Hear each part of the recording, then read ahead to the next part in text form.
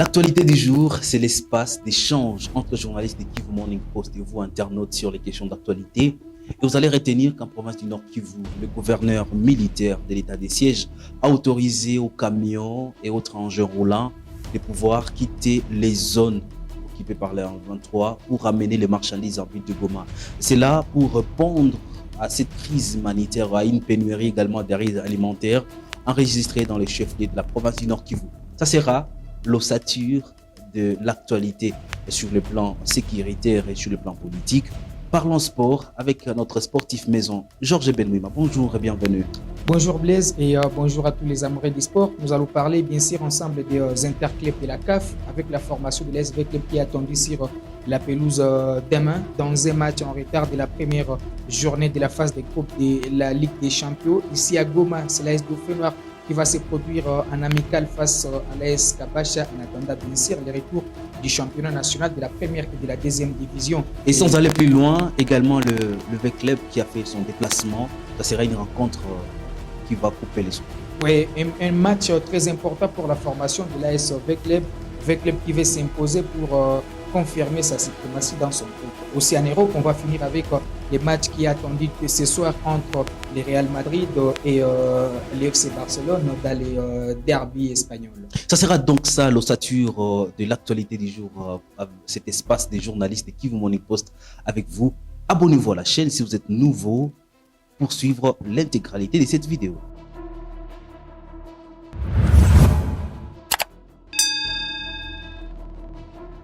Ce n'est plus à douter, le gouverneur militaire a donné l'autorisation. Désormais, les engins roulants peuvent quitter plusieurs axes pour ramener le marchandise en ville de Goma. Vous savez, la ville a enregistré une pénurie en vivres et la situation économique commençait déjà à chavirer.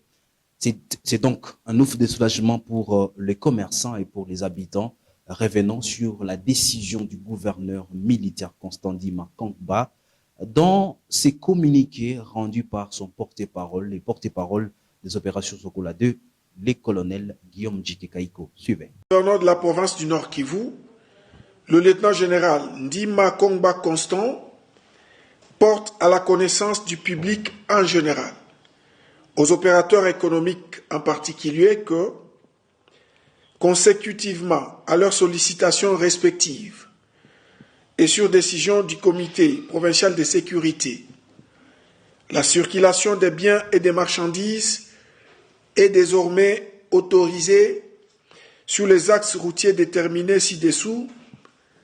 Il s'agit de l'axe routier Goma, Ruchuru, Kanyabayonga, l'axe routier Goma, Sake, Kichanga, Kanyabayonga, l'axe routier Goma, Sake, Kichanga, Pinga, et l'axe routier Goma, Sake, Mushaki, Masisi, Walikale.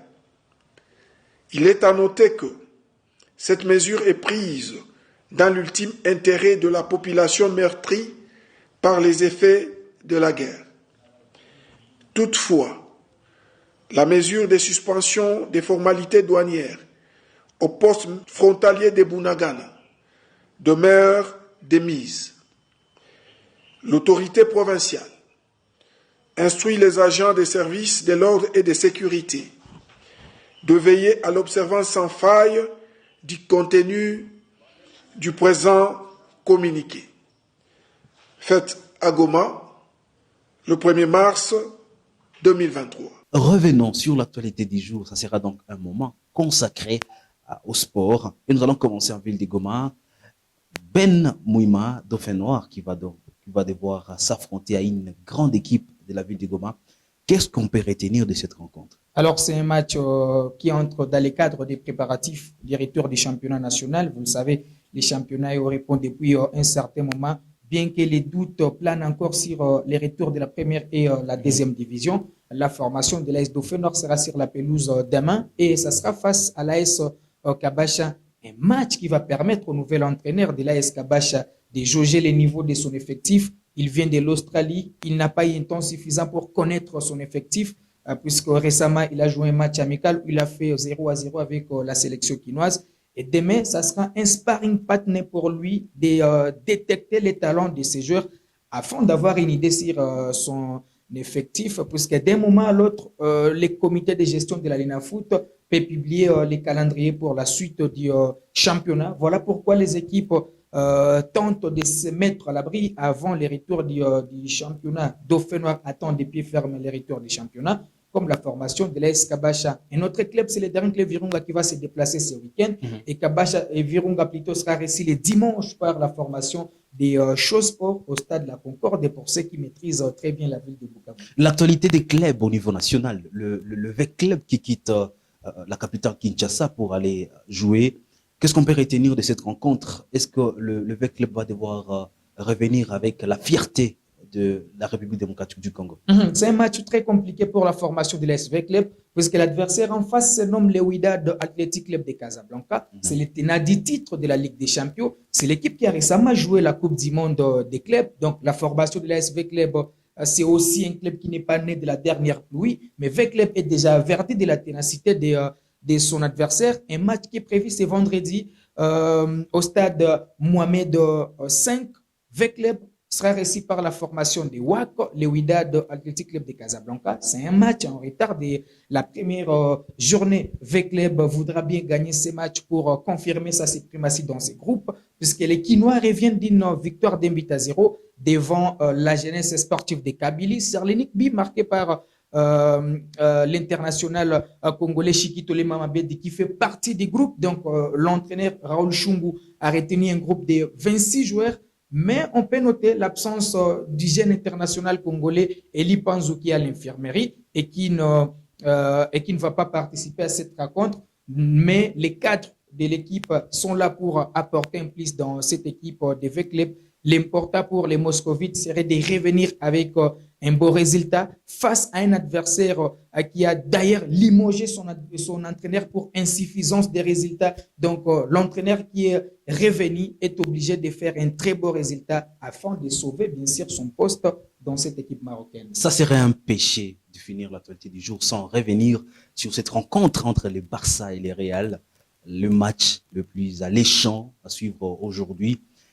Qui aura la chance de remporter cette compétition, Georges Benouima? C'est la rencontre la plus alléchante au monde. C'est le match qui est le plus suivi dans ce monde. C'est le match qui mettra en opposition l'FC Barcelone au Real Madrid. Donc, ça sera un match revanchard pour le Real Madrid qui avait perdu lors de la Supercoupe devant l'FC Barcelone. Barcelone qui va évoluer ce soir sans l'attaquant polonais Robert Lewandowski qui est out, qui est absent pour ces matchs. Donc, c'est un coup dur pour l'FC Barcelone qui avait déjà enregistré la blessure du jeune Pedri et l'ailier français Ousmane Dembélé. Mais pour le Real Madrid, dans ces matchs, le Real Madrid sera aussi privé de certains joueurs cadres, mais qui pourra quand même bénéficier du retour de Rodrigo. Donc, c'est un match qui voudra un détour.